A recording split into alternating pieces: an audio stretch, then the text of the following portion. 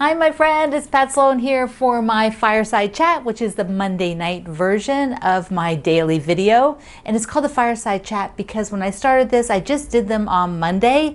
And behind me, behind this quilt, is the fireplace of my home. This is actually the family room that I've taken over as my studio space. So we are doing Jolly Bars on Monday. So excited. So every Monday I'll be walking you through the block that we'll do for this week, give you a little tip. Later at the end of today's, I have a little, what did I call it? A little pep talk. Yeah. And it's based off of a question somebody had. And I thought, you know what? She's not the only person this has ever happened to. And so I thought, let me just give a little pep talk at the end. So be sure you stay. All right, so we have our Jolly Bar book and we're doing a sampler. Whoops, where's the book? Okay, so it's Jolly Bar 3. It's the third one from the Fat Quarter Shop. And the sampler lets us use all the different blocks. This week's, we have the one called Springtime. And we'll be making 2 of these blocks. Now the Jolly Bars are 5x10 pre-cut. And I'm using the kitty corn. We've already done, let me just show you the first 2 blocks in case you're just catching on. You will want to do this, believe me. Here's the first block, which was the big star. I love it, love it, love it, love it. And then we did the houses.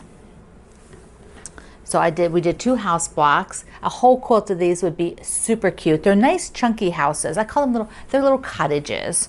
And then here's my other cottage.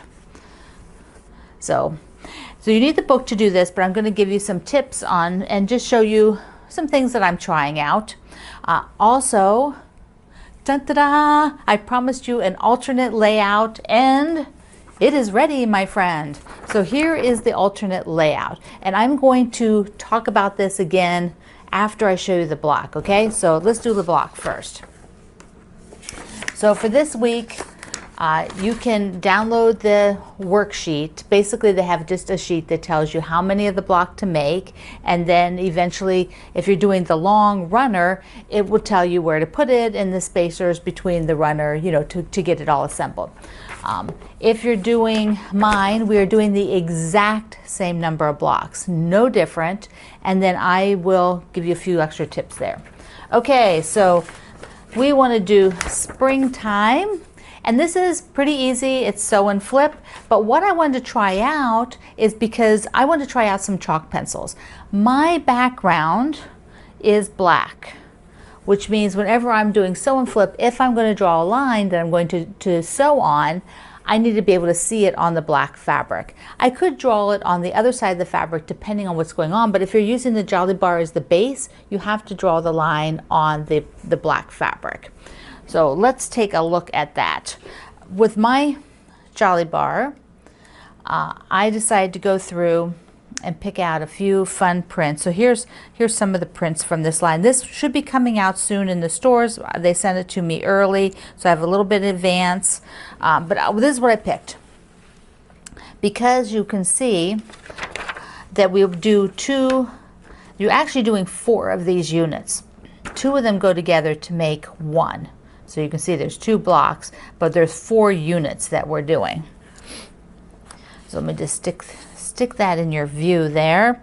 So I decided to do, so I'm not sure here yet, but I'm going to do 1 at a time so then I can see before I put them together. So I'm thinking these 2 together, the darks, and then these 2 lights together. Versus I could do sort of a light and a dark like that, and the other way, I could do a light and a dark like that. So either one is pretty darn cute. Just darling, right? Okay, let's take a look first at placement, because when you have either one of these fabrics has unique print on it, it's got a lot of print on it, and there's some cute things in it, because in this floral we have the little spideys. See the little spideys that are hanging down? They're kind of all over the place. I don't know, this must have been like an explosion of spideys on here. But I don't want to cover them all up. So when I am putting my sew and flip block, I want to put it the way that I see the most spideys. So if I just followed an audition, okay, so I get this guy, but that guy gets covered up. And on this one, I don't see any on that side if I go on here. Now if I come up this direction, once again I see one on this side. And how do I look on that side? Come up, and once again I cover them all up. So it's not really going to matter too much on this one which side I go from, but sometimes it could matter. So let's look at the kitties, because it might matter there. So if I am putting here, I've got like a kitty head and then just half of a face. If I do it this direction, I have like a full kitty showing. Over here, if I do it this direction, once again I'll have a full kitty. If I go this way, I also have a full kitty. So I get 2 full kitties if I'm folding it from here. So I would be like this, for those of you who want to see both of them. There we go. And in the pattern it tells you what to trim this down to, so you have to trim this base block down just a little bit. But if I go on this side, I get 2 kitties showing, which is what I want, because I want to have as much as that fun print showing as possible. I don't want to cover it up if I don't have to. So I am going to put these, oh no, wait. Duh, let's talk about marking the line. That's the whole point of this, right? Okay. So it's black. Oh. So I have 2 marking pens. This is a sew line, and it's called the Tailor's Click Pencil. So it's like a Tailor's chalk, and there you go. And you click it like a pen on the end, so there's no pencil sharpening. Then many of you got this in your sew sampler box. We got these great pens, and they come in 3 colors, which is really nice. And you do have to sharpen those ones. So once they go down or get dull, you'll use your pencil sharpener. Let's take a look at drawing those, because I want to do a test piece first and show you how this works. Now, if you're not familiar with using chalk pencils, you always should test these things. Don't assume, never assume. So here is the Tailor's chalk pencil from Sew Line. So I can make a line dark or as light as I want. And then from the Clover, we have 3 colors. They actually have a nice cap on them, which I love that. That is great because that protects those ends so nicely. All 3 of them. Here's the cap for the blue one. All 3 of them have a cap. And I'm going to test the white one first. So here's the white one. And then here's the blue one. And then, oops, here's the pink one on the far end. So I can actually see all of them quite well on the black fabric. So I could be using any of those. Now these are water soluble. So I did a little test. This is the one I tested as I put all of these marks on here, and then I rinsed it. And I can see a pale shadow. So I would probably want to soak it a little bit more. But let me just show you how quickly this comes away. So I'm going to put it in there and swish it around. So I'm sort of rubbing them. Now when we're doing this, you are they're sewing on the line, so it is going to be underneath your quilt. It's not going to be on the top of the quilt. But for those of you who like to mark on the top of your quilt for different things, for quilting or whatever, doing a test is really critical to be sure that it comes out. So here, I can still see a little fadey mark on there, so I would want to just soak it a little bit longer. But this was just a quick soak and rinse, and you can see it is, you can barely, I don't know if you can even see it, it's just like a hint of a shadow line there. So that is the kind of testing you need to do if you are going to be marking anything that's on top of your quilt that you want to have those marks come out. In our case, with drawing on the line, we don't care. The marks are going to be on the inside. They're not on the outside. So let me draw on here for you. Where is my ruler? Here. I always think I'm organized. I got everything here. It's here. I just can't find it. All right, so I've got a 6.5, which isn't really long enough to reach side to side. So let me grab the longer one. I've got it down there on the floor. All right, so when I grab the longer one, I don't have to guess. I don't have to scooch the ruler, right? So if you don't have a longer ruler, you've done this, right? I've done it. You start drawing, and then you're like, okay, let me just scooch it up. I would say let's try to be accurate on this one because you're drawing on the line. So you want to have it point to point, point to point, draw. I'm drawing with the Taylor's chalk from Sew Line. So now I have my sewing line, and I would do that to all 4 squares, and then I will sew up this block, and I will be right back. So the blocks turned out super cute. Here's the first one, and the second one I decided to put them with dark and light. So I just thought that would be fun to mix them up. So I want to tell you something about pressing them. I'll show you this one. I pressed with the seams open. So you can take a look. Here is that middle seam, that one seam down the middle. I pressed it open. And on this one, I pressed it to the one side. So here you can see the difference. Now, when you look at them in the front, do they look any different?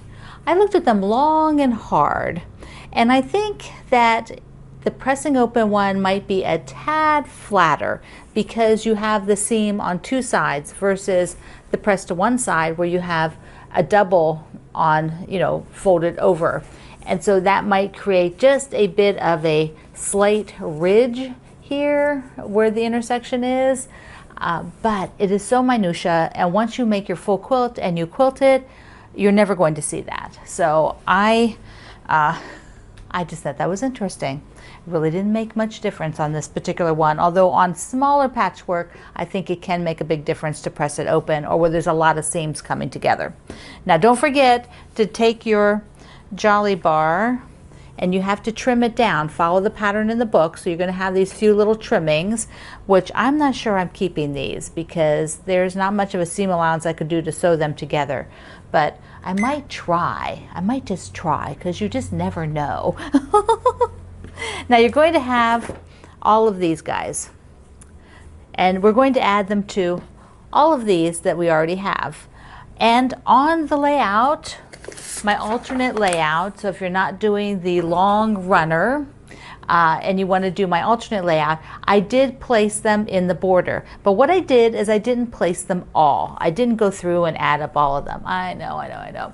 Because if you decide you want to use all of these in your border, you'll just keep filling them in here, till you have a space that you need to add in. But the other thing you could do, the reason why I didn't add them all there is because I thought you might want to have a little accessory set. You can take a bunch of these and you could make a pillow to go with this, or you could take all of them and work on making the zigzag table runner or just a table mat with them.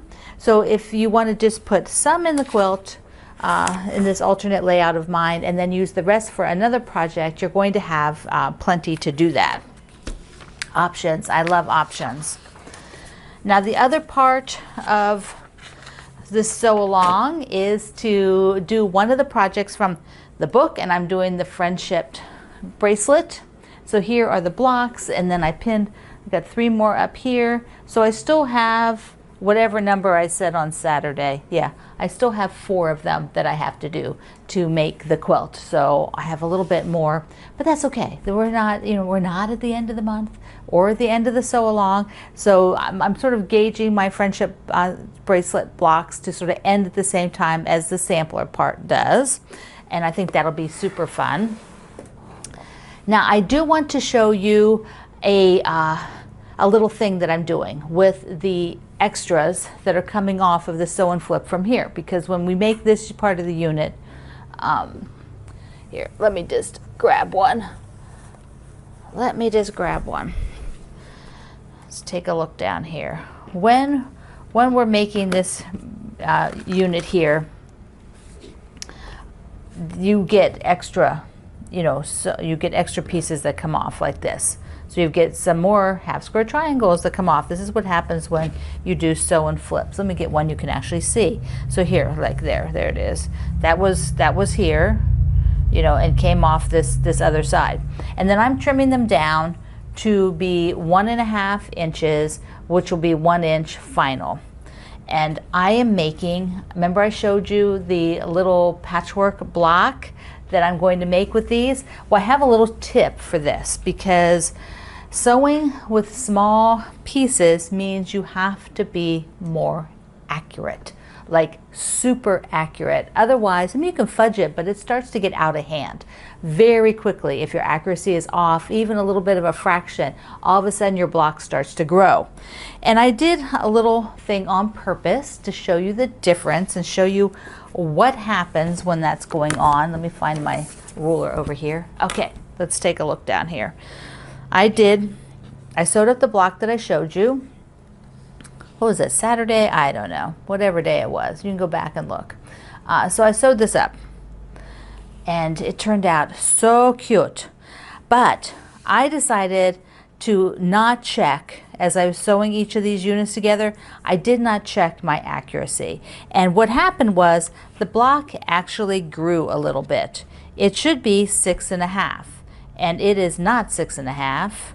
It is like a, almost a 7-inch block. You can see the ruler is not, like if I just trimmed this off, I would trim off all the points, and plus I would not be able to duplicate that, because this I sewed without good seam allowances on all those little 1.5 inch half square triangles.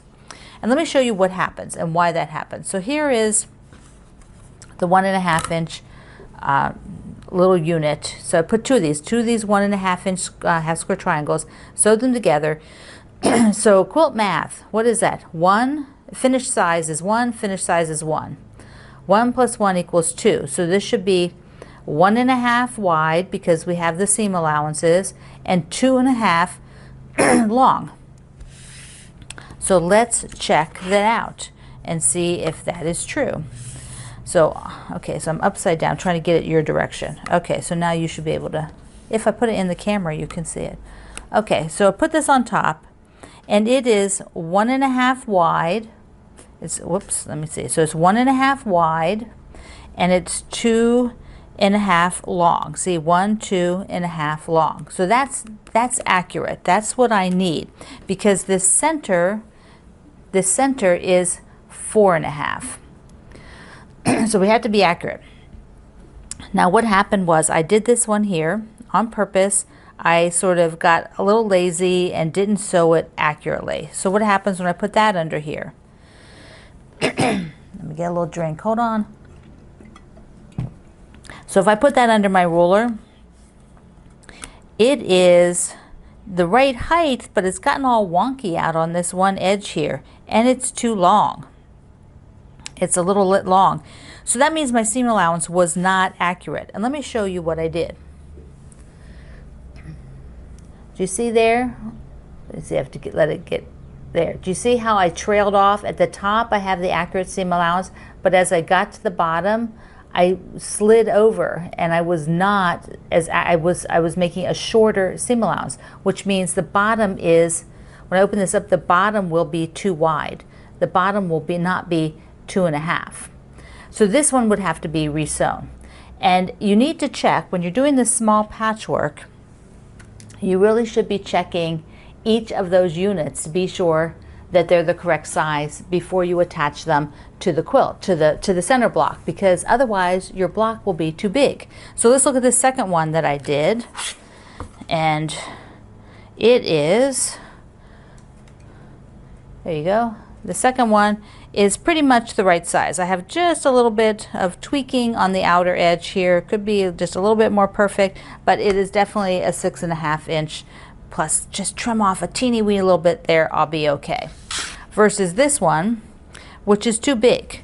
I mean, I can't really put these together. They're a half, and it's a 1/4 inch bigger than it should be, and it's just not going to work. This one is the wrong size. So I will take these borders off and fix up the seam allowances and put them back on. This was a test to show you how inaccuracy grows greatly with small patchwork. It's like you can't really get away with it. If you have big shapes, You can sort of start to fudge it a little bit, you can absorb it a little bit, you can ease it in a little bit, but when you have small patchwork, you need to be accurate right from the beginning. So if you're doing anything like I am with these smaller pieces, be sure that you're accurate. Okay. Oh, I told you this, right? Right. So you can download this. I want to be sure I told you.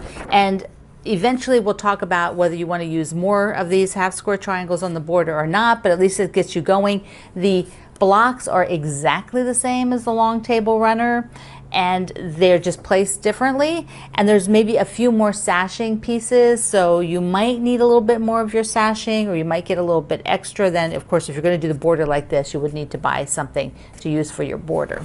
So those are the things that are a little bit different. That's downloadable now. You can go to my website, and when you're there, download it. But as you look below for the link, click the subscribe button for me. Thank you, thank you. That way we can keep up with each other. And then if you click the bell, you can then get the notices for when new videos come out. All right, I have a couple other things that I think are fun. First, let's do the pep talk, because this happens to all of us. All of us. And I feel bad when it happens to somebody and they share it in our community. You all are great. You jump in and you give lots of good help and advice. But one of our friends was working on a quilt, and I'll tell you, I'll just say, this has happened to me, and I'll tell you exactly what happened.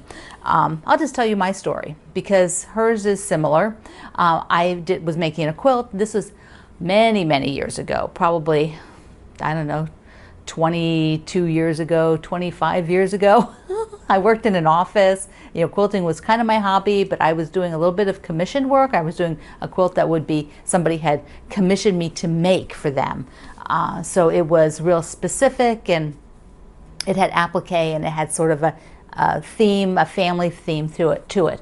So I was working on it, and I took it in to show my friend at work, who's a very good friend, and she made sort of a, I would say, I wouldn't call it a snide comment, but if you were very sensitive, you might have thought it was that. But basically, she sort of made fun of part of it. She didn't mean it in a bad way, but basically that's the first thing that came to her head when she looked at it, and she blurted it out. You know, well, that part there is no. And I thought, whoa, that's harsh. It's like, oh. But then I started thinking about it, because first of all, this was something I was going to give to somebody, even if it wasn't, I mean, somebody's paying for, but even if it wasn't that, I decided I would just step back and think, okay, what did she see there, you know, that I'm not seeing? Because when you're doing your own work, you know, you are very much on top of it, and you sometimes can't step back to see something that isn't working. So basically that's what she was trying to tell me. That part's not working too well. I mean, there's good ways to say that to somebody. Particularly, I did ask her what she thought, so I had asked her. But what happens, so basically what I did is I took a hard look at that and thought, you know, that might not appeal to the person that I'm giving this to, particularly if my friend noticed that it looked a bit out of place, or not quite there. It wasn't quite right. So I redid it, that section, that portion, with some applique, and I was much happier with it.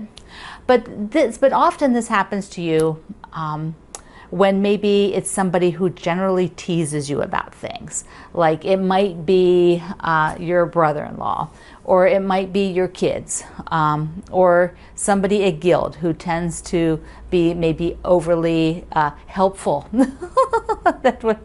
sharing what they think about everything. Or it could be your spouse. And think first about whether that person always teases you or always gives unwanted advice. You know, is it just them? Or is there something actually about it that you need to take a look at, that you need to take a step back and, okay, they mentioned it for a reason. That's a different case than somebody who just likes to tease you and knows it's going to get under your skin. I call that the bratty brother syndrome. I have brothers. They are brats. They're still brats. That's like they just say stuff to see what you'll do, to see if it'll send you over the moon, or you want to bang them on the head. So when somebody says that about your project in, your quilt in progress or your finished quilt, for heaven's sake, just try to first, just step back, just, slough it off, but take a look at what it was and take a look at who was saying it, because maybe it really is just them trying to get your goat, and then go on and do the project the way you want to do it. So that's my little pep talk. If you have other suggestions, just leave them down in the comments, because we can always learn from each other, because we have all been there. Every one of us has had that happen with something that we've made. So you're not alone. You're not alone, my friend. You're not alone. All right, I have, let's see, one more thing. Oh yes, I had a fun thing, mail call. So Sue sent me this really beautiful, look at that, isn't that pretty, card? And she sent along this magnet done on this, it's like cross stitch on a perforated paper. So it's got the magnet on the back. Isn't that darling? And she told me the great part is you just cover up all the stitches so it's nice and clean on the back. And then she sent me some of it to work with. So it's like, thank you, Sue. Mwah. This is so neat. I have not played with that, so I'm going to make something out of it. And then speaking of cross stitch, I got the Serendipity block done. So I'm just doing one block from each row, because I know my capabilities. I'm actually learning a lot right now about what I like and don't like about cross stitch, and what is working for me and not working for me. So this is going to be a very interesting month for me to sort of really get into this every day. So that means cue the fireworks. That means I get to do something else, go to one of the old projects and pull it out. I am so excited. I am so excited. So this is the one I decided on. Got flying needles. So this is the Bloomtopia that I was working on last summer when I fell and broke both my wrists. And so I got it out. I have this, it's a patchwork block here, and then right here will be a basket full of apples. Now this was last year's charity sew along sampler for the cross stitch part. And there is a really pretty little border around it. I'm not doing that. I am just going to frame this and make it a little wall hanging, a little quilted wall hanging. I might look at, can it be a pillow, but it's vertical, I mean, it's a rectangle. So I'm like, I don't want a rectangle pillow.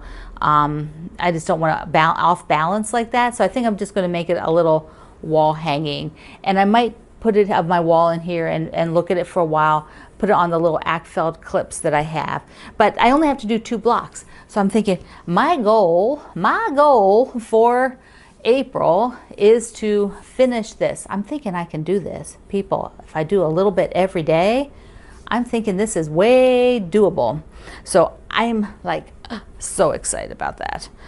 Finally get to move on to finish something that, because I haven't finished a lot of things.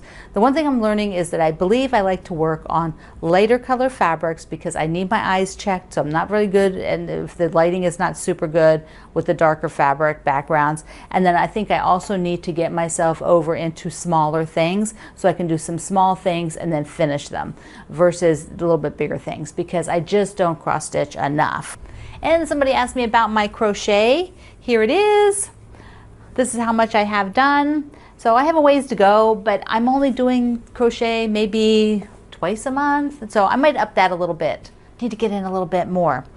So today you are going to make 2 blocks. So cute. Can't wait to see yours. All the links are below, my friend. And remember, you can share a picture over at my website today or over in my group, Quilt Along with Pat Sloan at Facebook. I love you. Mwah. See you online.